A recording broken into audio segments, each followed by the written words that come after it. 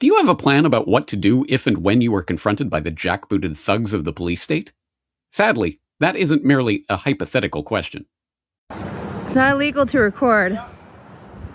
Exactly. Yeah. That's what we're doing. Yeah, why are you taking my information down? Because we have a nice little database. Oh, good. And now you're considered a domestic terrorist. So We're videotaping you? Are you crazy? Something that we believe you've written on Facebook has upset someone. You're here because somebody got upset. Is it against the law? Am I being arrested? You're not being arrested. Then what are you doing here? My plan was, if you were admitting that it was you who wrote the comment, you could just make an apology to the person. I'm not apologizing to anybody, I can tell you that. The alternative would be that I have to call you in for an interview. I'm here to talk to you about the allegation. They've reported it to the police. So what? Police tossed stun grenades into a crowd in Israel's Bnei Brak on Sunday as clashes broke out in the ultra-Orthodox city. Security forces arrested men who took to the streets over the army's efforts to recruit some of the community's members. We are here today to fight against the whole draft that they want to draft all the Torah Jews into the army and make them become irreligious and make them lose their connection with God, which is the worst, which we believe is worse than death. We would rather die than serve in their army.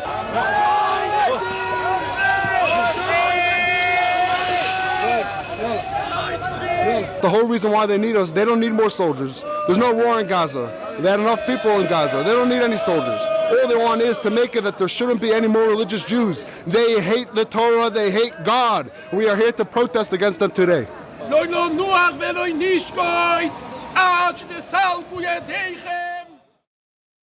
Yes, the sad, unfortunate reality is that it doesn't matter whether you reside in Boston or Birmingham or Bnei Brak or anywhere else on this planet.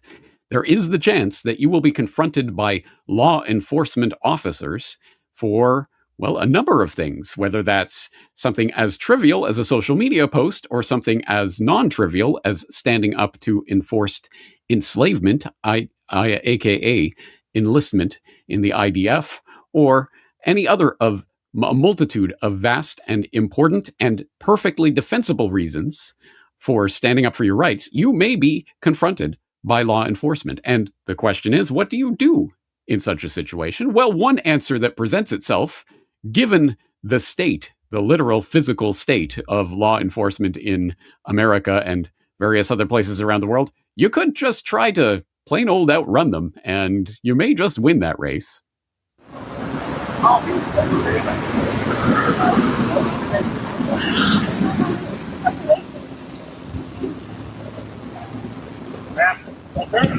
Leave me alone!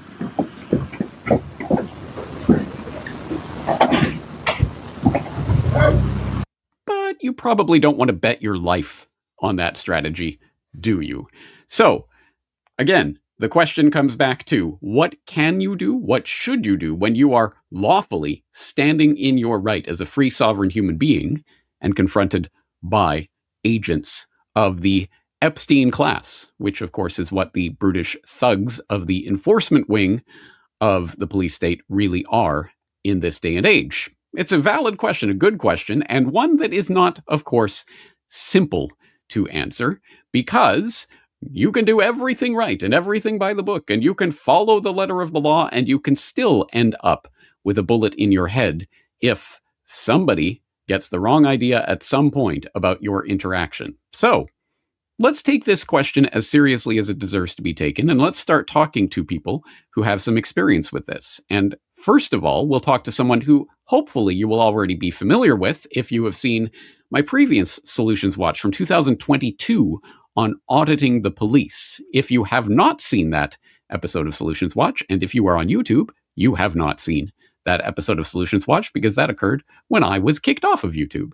But anyway, it is there in the corbettreport.com archives, and it is a wealth of information on this topic, and people who are out there not just passively asserting or standing in their rights, but people who are actively testing and making sure that the police are following their rules and procedures and the letter of the law. A dangerous activity at any time, but certainly so in 2026. But if you do cast your mind back to that podcast episode, you'll remember that I talked to Jason Bassler, who you will probably know, hopefully know, as the co-host of the Free Thought Project podcast. But hopefully you will also know that he is at jasonbassler.com, where you can learn more about not only this co-host of the Free Thought Project podcast, but the founder of Police the Police, someone who has been called one of the most extensive recorders of law enforcement misbehavior in America. He's also the creator of the Know Your Rights online seminar, teaching Americans how to understand the law, avoid the traps, outsmart the system. So, in the wake of recent events and masked ICE raids on snatching people off of the streets in the United States and all of the craziness that we are seeing at this time, I put the question to Jason: how can people effectively stand their ground legally when confronted by so-called would-be presumed authorities, ... without being killed? Well, that's a big question. That's a good question. I usually say that the people that are looking for a fight or come dressed for a fight, and that seems to be the case with the militarized police right now. So I would say one of the most important things, is to not be loud. You need to be smart, right? You need to be strategic with this kind of stuff. They're looking for a fight, as I was saying, and that seems to be how they're trying to escalate things. So knowing your rights, knowing your limits, when you must identify yourself, when you don't have to, what you're required to do, what you're not required to do.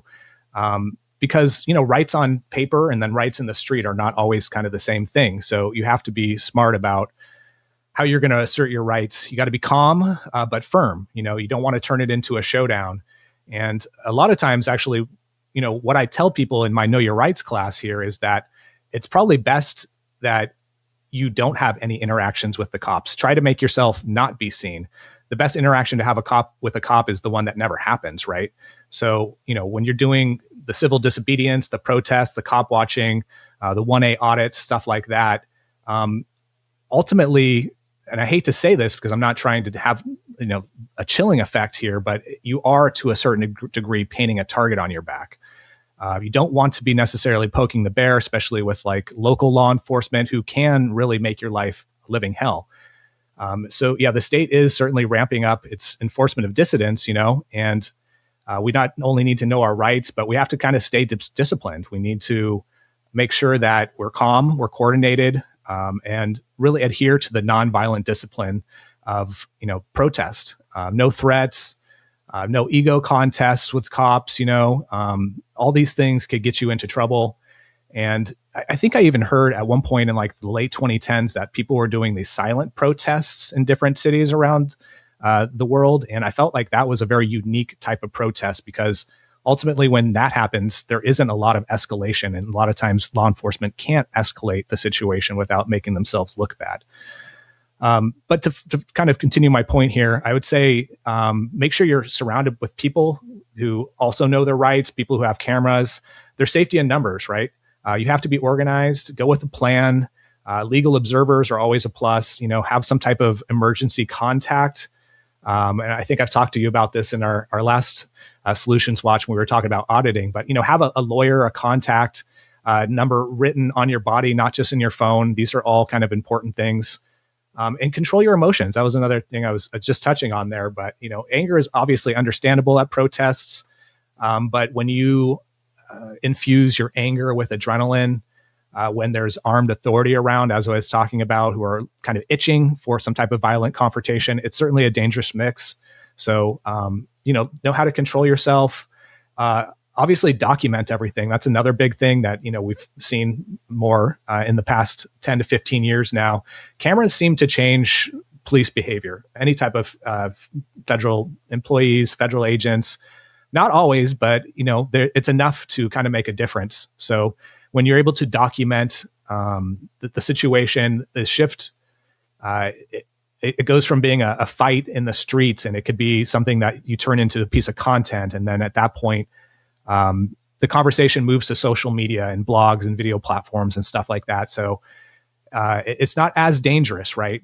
When there's police around and you're under scrutiny, probably not doing that and having that kind of confrontation in the middle of the street with armed law enforcement is probably a good idea. You could take these documentations. A lot of times the transparency, shines a light on what's going on. It's certainly important. And, we could use more of that, obviously. I mean, that's why a couple of these situations like Alex Preddy and Renee Good turned into viral expressions across the internet, because people saw what actually happened. I would say also understand the risks when you get into situations like this. These situations are inherently high risk. There's a heavy police presence, there's militarized police, escalated crowds. And this kind of gets into like the situational awareness. You got to know when it's time to stand your ground, when it's time to retreat. I know firsthand, I've been pepper sprayed. It's not fun. That's probably the least of, the violence that could have been inflicted on me. But nevertheless, even pepper spray is not fun.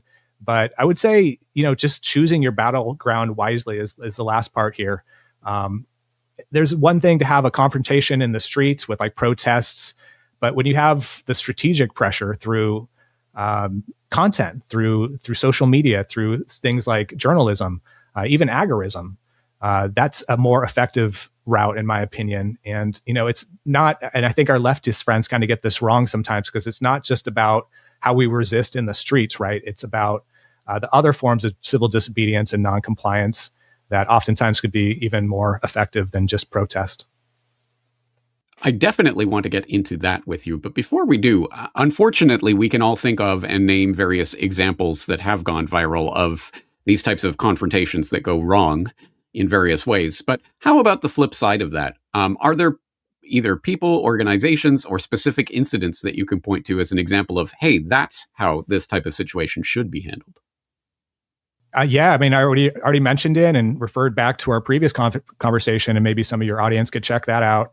Maybe you could even link it, James. But yeah, the First Amendment auditors, these guys generally are more professional in their approach to how they handle law enforcement. Oftentimes, these guys actually know the laws and know how to interact with police better than the average normie and even cop watchers, because this is something that they do for a living. Most of these people have lucrative YouTube channels, and they make big money by basically going around to their own city, their own towns, different precincts, different post offices, any type of government business, police department, and they test the waters. They actually test to see if the local law enforcement, government employees know the laws. And I've learned a lot, certainly just by watching them, how to interact with police, how to navigate a hot-headed officer who does have a chip on their shoulder.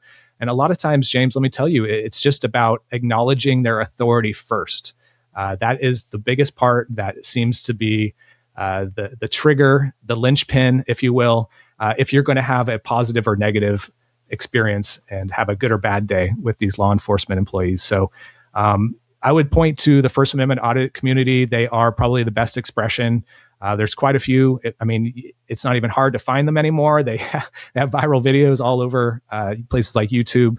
But yeah, that would probably be the example to point to. Once again, that is Jason Bassler of jasonbassler.com. And I hope that people who are interested will take a look at Jason Bassler's Know Your Rights seminar, or at least interested Americans should take a look at that for more details about what your rights are and how you can stand in them effectively. But I think some of the points that he raises there are extremely important to underline. First of all, well, obviously, you have to know your rights in order to stand in your rights. So having some familiarity with the law, at least as it is written down and enforced in your local neck of the woods, seems like it would be a prudent thing to have at your disposal. And secondarily, I think he makes an extremely important point that if you go looking for a fight, you are more likely to get a fight. And if you are smart about it and not looking for a fight, you can more effectively avoid the fights. That does not mean, of course, that you are safe, that you are protected, that everything will go all right. But anyway, the point stands. The more you are looking to generate an argument or a fight with a police officer or law enforcement officer, the more likely you are to get into such an altercation. And that can go very wrong very quickly. So it is probably something that you want to avoid to the extent possible. And it's important to keep in mind, we're not simply talking about going out actively in some sort of protest, really confronting and provoking law enforcement. We're talking about all sorts of situations that can arise in your daily life. And it can happen. And unfortunately, it does happen. So that is why it behooves you to know something about your local law enforcement situation and how others have dealt with these types of situations in the past. If you are in America, you might want to look into and examine some of the details of, for example, if you are stopped by masked brigands on the street demanding your identification, what can and should you do in that situation? You better be studying those examples. If you're in the UK, you might want to be studying the examples of the many, at this point, tens of thousands of people who have been questioned, if not outright arrested by authorities for having the temerity to make a post on social media, as is increasingly common phenomenon.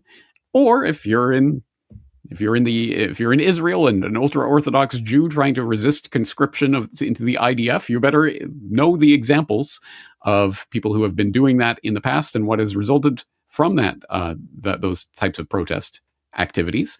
Or if you're in Ireland, well, maybe you want to know a little bit more about our next guest's experience.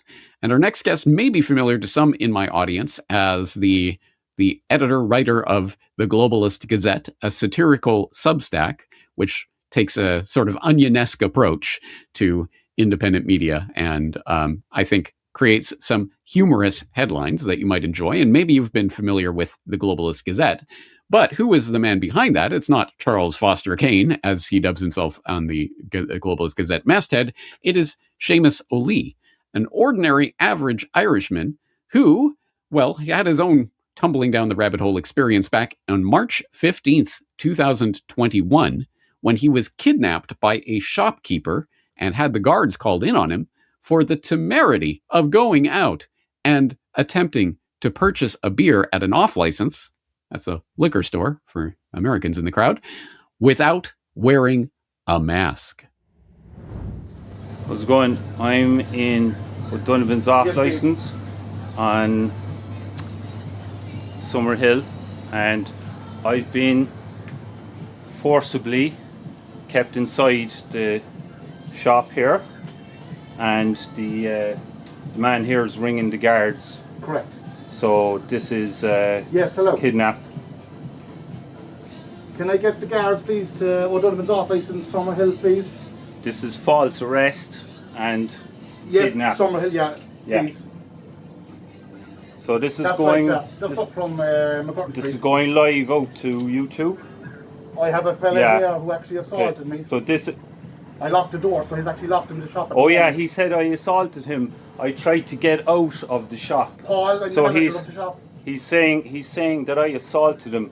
I was just trying to get out of the shop. Inside.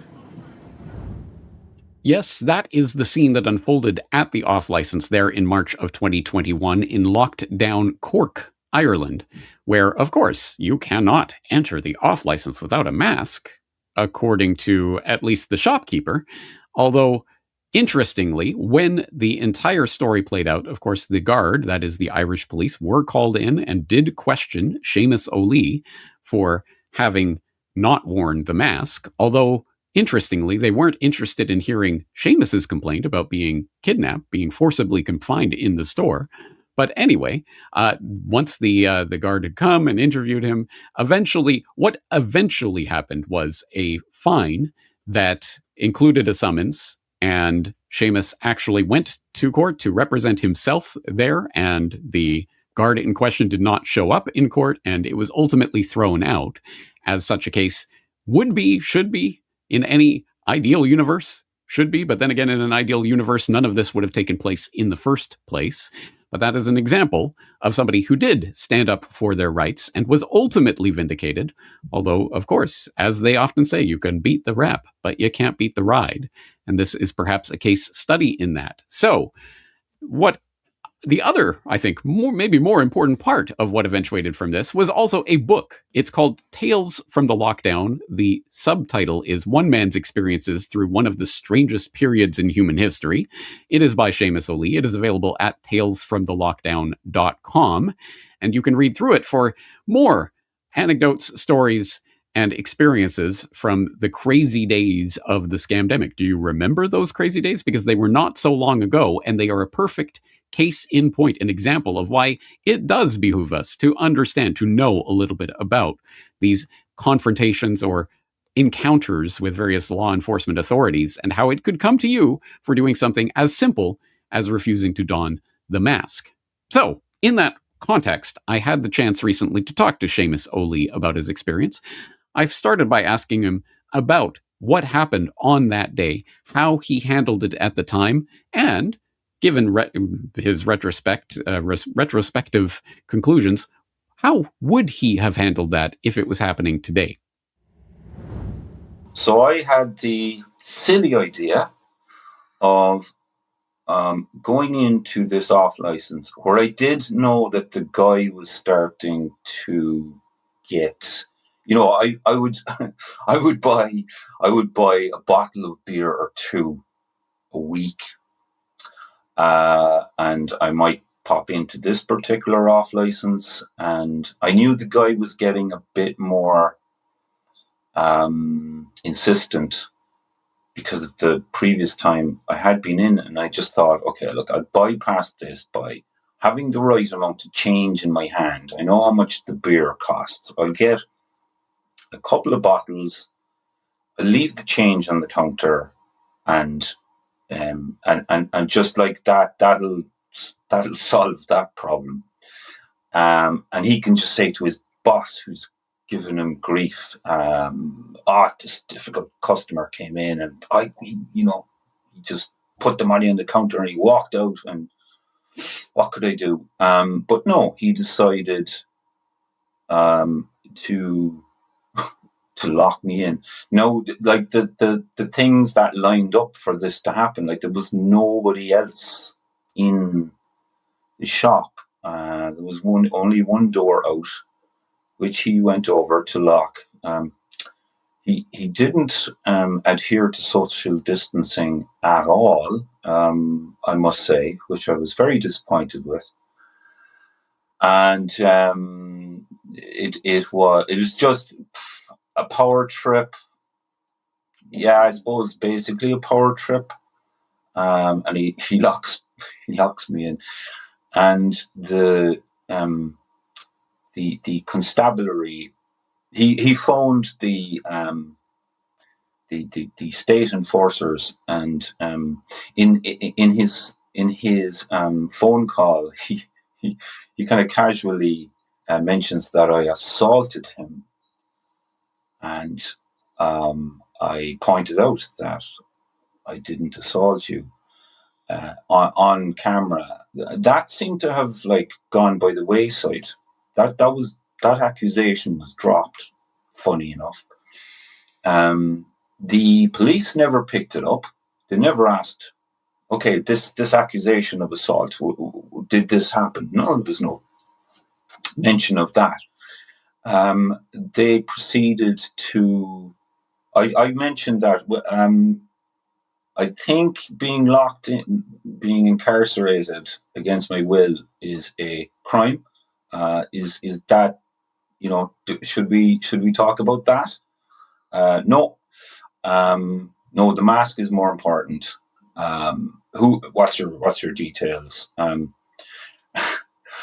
I gave them my details, and then they asked me who my doctor is, and I was kind of going, what?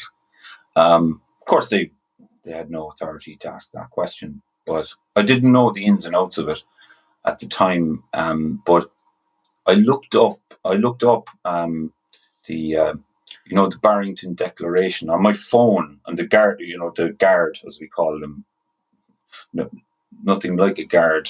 They don't guard much, except the mega corporations in the country.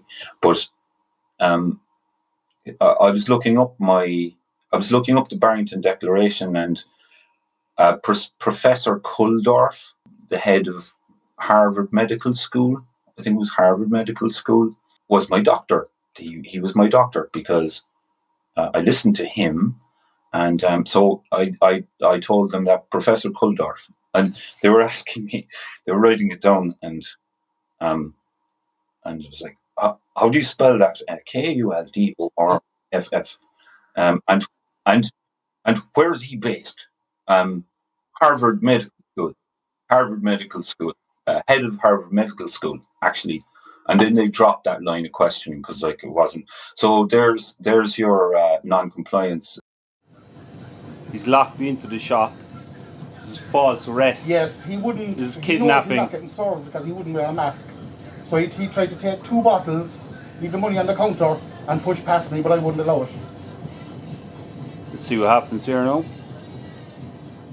So in retrospect, how do you rate your March 15th, 2021 performance? What did you do right? What could you have done better? What would you do differently? And what advice would you give to people who are in that sort of situation today in the post-lockdown world? Yeah, okay. So if I was in that situation again, I mean, I think I absolutely did the right thing. Happened to have a phone where I could video the situation. I think I can't kind of, I think I got that bit right.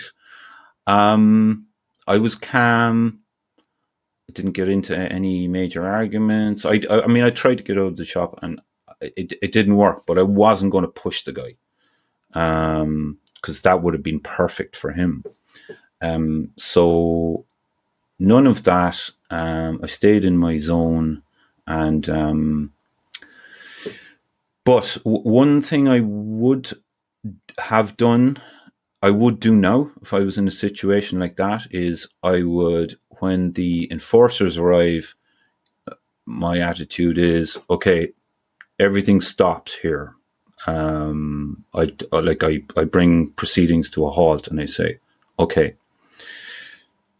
kind of flip the tables on them and go, in your mind, you're the authority. You're the authority in this situation because you're in lawful position. They are generally in a non-lawful position. And so you start, first of all, record. And if you had no electronic device on you, you either you demand a notebook and a pen. I need a notebook and a pen. If you don't have them on you, before I proceed, because I need this for my defense. And so you have your whatever recording device you have or notebook. You start off, okay. Are you aware I'm recording this? Yes or no? Okay. What's your name? What's your badge number? Where are you stationed? Who's your superintendent? Okay. And so in as much as you can calmly explain the situation to them and just, explain that, look, I'm doing this for my defense. And you could say, well, this is also for your protection, but that I wouldn't get into that. And just proceed normally. And you need to ask them, okay, first of all, am I under arrest? And you need to tell me under what law you're arresting me. So what? So you have your notebook, and this is your kind of authority. This is your statement of authority here. And so you ask them, okay, so what law are you arresting me under? And at that point, they probably can't even answer the question. So it's like, no, sorry, I can't proceed. Like this isn't happening now because I cannot proceed. You cannot arrest me if you can't tell me why you're arresting me. Again, it's all down to attitude. That you're in a lawful position, and you carry that through all the procedure. You stick with that. It's like, I'm in a lawful position. Everything you're doing is unlawful. So I'm just going to go from that position, and that's the best I can do, and make all your decisions based on that. Once again, that is Séamus O'Lee of talesfromthelockdown.com. I hope you will take a look at his writing on this subject, because it is an interesting case study in what can eventuate in these types of encounters. And I think he has some valuable advice about these types of encounters, specifically recording, if not with a device, although hopefully with some way of actually recording the encounter itself, at the very least, of course, noting down exactly what is happening as it is happening. And if there is a common denominator behind all of these encounters that we see and have seen here today or will see in the future, it is that they are being recorded, and that it can make the difference in a variety of contexts between having your rights completely trampled over and having some of your rights respected, at least in retrospect. And we can look at many examples of that. For example, in Séamus's own experience, you will notice that the shopkeeper was attempting to accuse him of assault for trying to violently leave the store.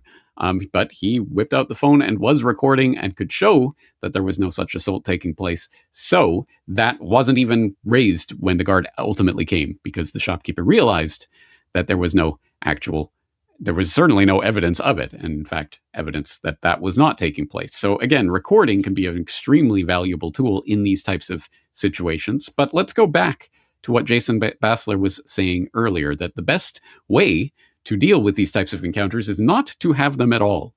Again, I want to underline and stress, the point of today's episode is not about going out there and actively provoking or seeking to confront law enforcement, or to actively and deliberately break laws in a brazen way and then dare the authorities to do something about it. That is not the point that I am making. That is not what I am talking about, at least not here today. What I am talking about is the ways that you can protect yourself by standing in your rights in these times. And of course, as I've been saying, this is not a foolproof method, and it does not guarantee that you will come out of these encounters unscathed or even necessarily alive. And that is something, again, we have to take very seriously. Anytime you are stepping into this realm, you are stepping in with people who are armed and can take your life at a moment's notice. So do not take these types of encounters lightly. Having said that, again, as always, the best way that we can live our lives is not to live in some sort of constant state of aggressive confrontation with the authorities. It is to continue the hard and often thankless work of building up the resilient communities that will be able to not just resist or confront the police state, but to completely and utterly detach ourselves from it, or at least to the extent that that is possible. And as often people will say, well, if you do that, if you build your little community, they will come after it. And it is at that point that you need to know how to stand your ground. But I think the more important part of this, the long-term bigger picture of this, is not about creating the violent confrontation in some sort of war that is going to take place. It is about building up a thriving community that other people will want to join, that will be the example that ultimately changes the equation for whether or not people will ultimately choose to live under the jackbooted thugs of the police state and the Epstein enforcer class, or in the thriving communities of the future. And it's on that somewhat more positive and hopeful note that I also talked to Jason Bassler, talking about his vision of how the agoristic societies of the future can function to create the space for free individuals to function without the need for aggressive confrontation of the enforcers. Agorism, as you pointed out, is one of the important things. The black and gray markets, how we build parallel institutions and societies. What that does is it reduces dependence on the state, right? We don't want to be feeding the beast. We don't want to be continually participating with it. We don't want to have any interaction with it if possible. So what agorism does, what black and gray markets does, is it shifts the power from protest to production. And at a big enough scale, it could actually be economically viable. And I think that's the idea of what we're trying to say when we want black and gray markets, is we want a scale which will span the vast parallel institutions, parallel industries, all these different things that will rise off the back of the state without its participation, without its knowledge, hopefully. And I think what that does is it really reveals what actually creates value in society. We're told that taxation produces these services in society. But when you start to look at that, what does that mean? Well, that means it's all the things that are undesirable in society, like the war state, like the largest prison population in the world, like subsidies. All these things get funded by taxation. So if we can move away from that with parallel economies, turn non-compliance into more of a lifestyle than like a moment, because it's not just a form of resistance that's just one-time confirmation, right? It's about replacing the whole system by itself. So moving into more of like the pragmatic ideas, voting with our dollars, right? Voting with our lifestyle, voting within a way that is practical for everybody, that doesn't actually include the state. And this kind of goes tied hand in hand with the black and gray markets. But this ultimately kind of disempowers the corporations, the cronyism, and empowers us morally. So I think that's a very important thing to do. Our friend and colleague, Derek Brose, talks a lot about the idea of exit and build. Exiting the system, it basically is withdrawing your consent. And I know it sounds maybe like going off grid or something like that. That's not exactly what I'm talking about. I'm talking about just exiting the idea of participation within the system.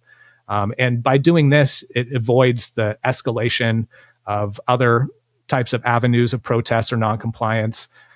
You're not attacking anybody.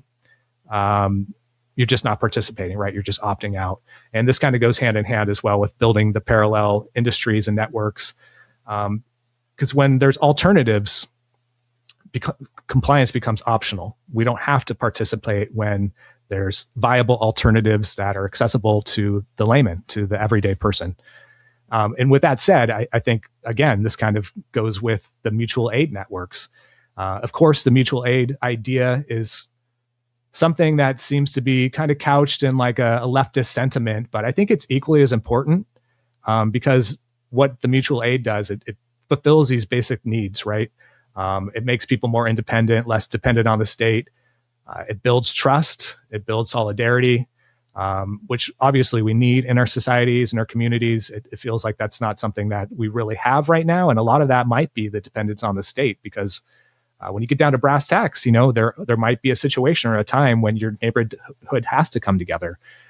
So I think the more that we could have these mutual aid networks for that purpose specifically, it does provide the safety nets against the enforcement consequences, against what the state could possibly do to penalize you, right? And it does create a certain level of autonomy. It gives us options and self-reliance.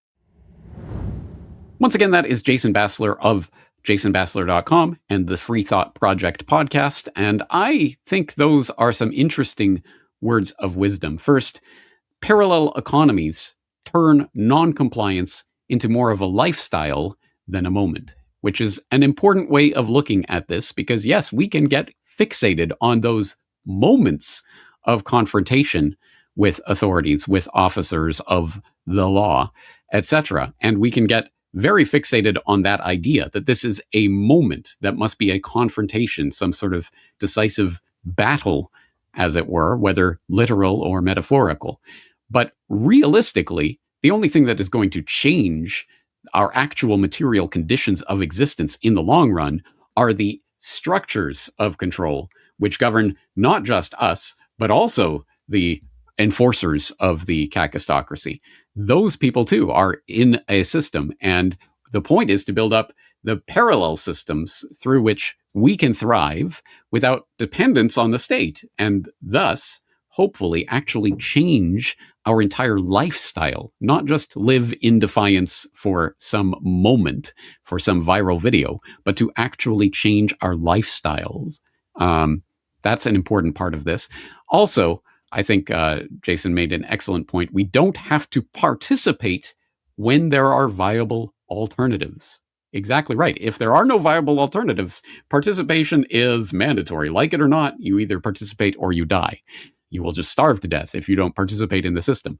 If there are agoristic communities providing parallel economies and different ways of interacting with people around you that do not require paying your tithes to the state, Well, that is something that we should be building up and fostering and working towards. And I think that, again, that fosters that lifestyle of defiance and noncompliance rather than a moment of viral noncompliance, however that moment may or may not end. So that's the bigger picture of what we're really talking about today, not simply living for some brave confrontation with law enforcement, but living in a lifestyle that will be the living embodiment of the example of what we want on the bigger societal scale moving forward. Some big ideas, to be sure, and there's a lot of granular detail here. So, of course, as always, these show notes will contain the links to all of the guests and all of the various clips that we've looked at and different things that we've talked about today. But I am more interested in what you